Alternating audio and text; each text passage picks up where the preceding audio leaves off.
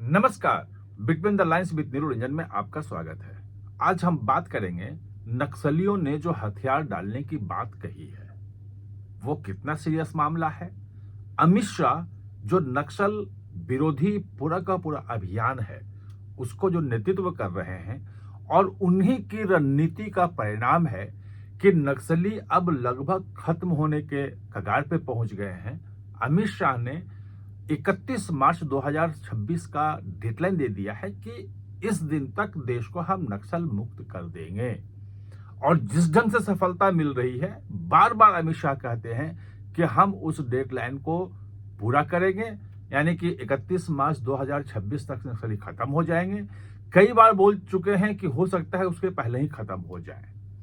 तो ये जो हथियार डालने की बात है नक्सलियों की, इसके पीछे क्या रणनीति है, क्या मजबूरी है, क्या सचमुच अमित शाह नक्सलियों के ये हथियार डालने की बात जो है इसको एक्सेप्ट कर लेंगे और बातचीत के लिए तैयार हो जाएंगे?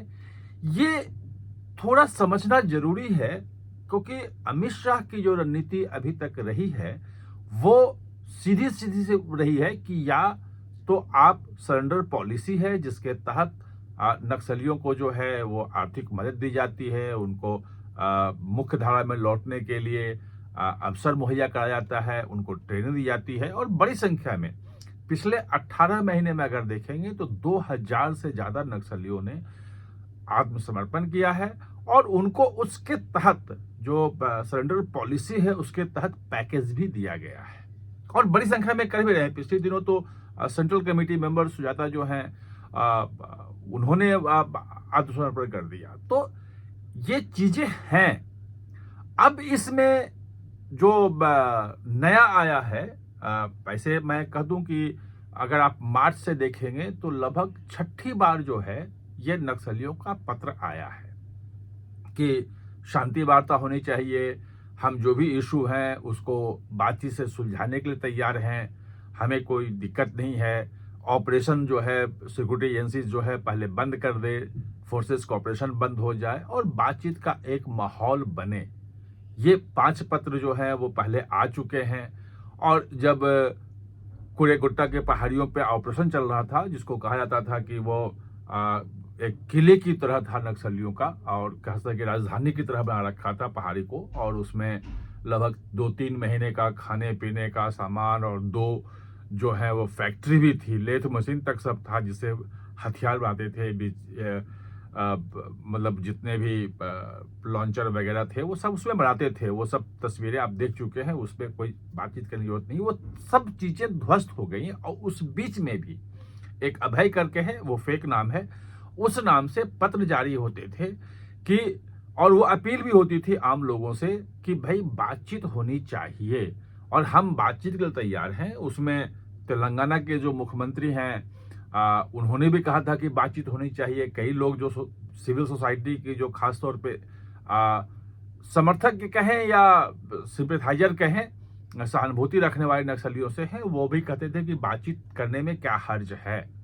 लेकिन उस वक्त अमित शाह ने साफ साफ कह दिया था कि हम कोई बातचीत नहीं करेंगे, या तो वो सरेंडर करें और नहीं तो इनकाउंटर में वो मार दिए जाएंगे।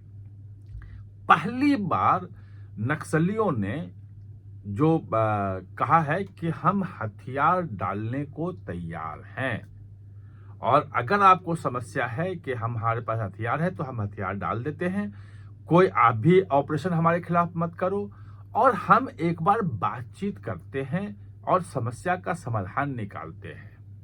जो मेरी बातचीत हुई गृह मंत्रालय में जो बड़े लोग हैं उनसे, तो उनका कहना था कि भाई समस्या तो खुद नक्सली है, तो उसका समाधान नक्सली क्या निकालेंगे, वो बताएं समाधान क्या है। क्योंकि हथियार लेकर के वो चलते हैं, निर्दोष ग्रामीणों की पिछले दिनों लगातार हत्या हो रही है मुखबिर बता करके, ये तो वो समस्या क्रिएट कर रहे हैं। और जो अमित शाह का जो पूरा का पूरा जो खास तौर पे जब से वहां पे विष्णुदेव साई की सरकार बनी है बीजेपी के, उसके बाद उन्होंने एक रणनीति तय की, फॉरवर्ड ऑपरेशन बेस बना करके पूरा एक सुरक्षा का ग्रिड खड़ा कर दिया और उसके बाद अब नक्सली के लिए सिक्योरिटी गैप जो है वो एकदम खत्म हो गया है। उनको फ्री मूवमेंट जो उनका है वो खत्म है। जहां भी सूचना मिलती है तो चूंकि हर 7-8 किलोमीटर पे कोई ना कोई एफओबी है, तो एक कोऑर्डिनेटेड वे में वो ऑपरेशन शुरू किया जाता है। उसमें ड्रोन का भी इस्तेमाल होता है, उसमें सैटेलाइट के पिक्चर का भी इस्तेमाल होता है, उसमें स्नाइपर का भी इस्तेमाल होता है। जो वहाँ के जो लोकल बस्तरिया डिवीजन है उसके भी लोग हैं, कोबरा बटालियन भी है, छत्तीसगढ़ पुलिस भी है, तो एक काफी सफलता मिल रही है।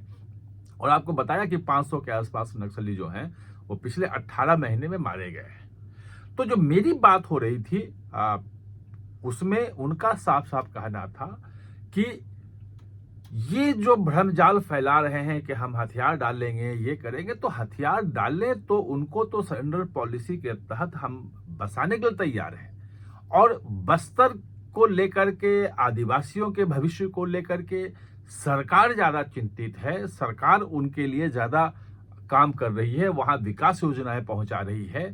उस पे नक्सलियों से क्या बातचीत हो सकती है?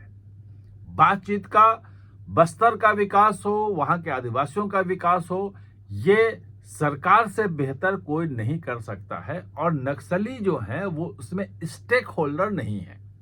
और खास तौर पे जो अभी जो नक्सलियों की जमात है वो अधिकांशतः तेलंगाना वाले हैं, जो छत्तीसगढ़ में नेतृत्व कर रहे हैं नक्सलियों का। और जो विजय शर्मा जो उप मुख्यमंत्री भी हैं, गृह मंत्री भी हैं, उन्होंने हिडमा के बारे में कहा कि हिडमा का नाम सिर्फ आगे कर दिया गया है, जानबूझ के किया गया है कि लगे कि छत्तीसगढ़ का भी कोई नक्सली लीडर है, जबकि हिडमा उतना बड़ा नहीं है, मतलब उनका कहना था। लेकिन हिडमा का नाम तो आता था कि तमाम ऑपरेशंस में कि हिडमा का काम है, हिडमा जो है वो उनका बटालियन नंबर 1 का जो है वो संभालता है, और तमाम चीजें वो आती रही हैं। लेकिन अभी जो बातचीत हो रही है उससे सीधा सीधा निकल के आ रहा है कि मजबूरी में वो सिर्फ ऑपरेशन अभी रुक जाए, क्योंकि बरसात खत्म होने के बाद ऑपरेशन ज्यादा तेज होने की गुंजाइश है, मतलब संभावना, और करेगी सुरक्षा बल जो करेंगे ऑपरेशन तेज, तो वो ऑपरेशन तेज ना हो और लोगों के बीच मैसेज जाए कि सुरक्षा बल ये जाति कर रही है और जबरदस्ती नक्सलियों को मार रही, जबकि वो बातचीत के लिए तैयार हैं। तो ये एक टैक्टिक्स के तहत हथियार डालने की उसमें बात कही गई है। अब देखना यह है कि नक्सलियों के तरफ से जो आया है उनको क्या संदेश जाता है। अभी तक तो कहीं कोई कांटेक्ट उस ढंग से हुआ नहीं है। ईमेल से इस बार भेजा गया है, तो शायद उसकी भी जांच हो कि ईमेल कहां आया है, आईपी एड्रेस क्या है। फोटो भी इस बार भेजा है पत्र के साथ में, ईमेल जो है उसमें पत्र, उसमें फोटो भी है। तो वो कौन नक्सली है, क्या है, सब पहचान की जाएगी। और वो जेन्युइन है नहीं है, क्या है, उसके लिए सब कुछ हो रहा है। लेकिन इतना तय है कि अब जितना आगे बढ़ गए हैं हमेशा नक्सलियों के खिलाफ, बातचीत के किसी भी टैक्टिक से पूरे ऑपरेशन को डिरेल वो नहीं होने देंगे। आप हमारे साथ चर्चा में जुड़े, इसके लिए बहुत बहुत धन्यवाद।